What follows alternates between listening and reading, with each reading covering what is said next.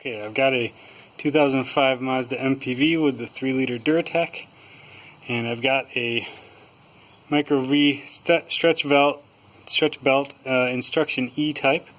Here you can see I've got the zip tie on. I've got the lower pulley all lined up. I'm going to go inside the van and crank it and see if that sucker will go on.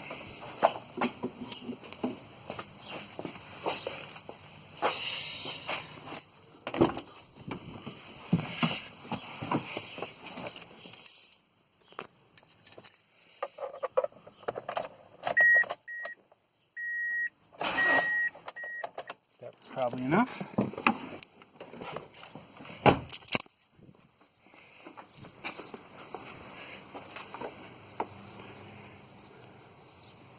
Check that out. She's on there.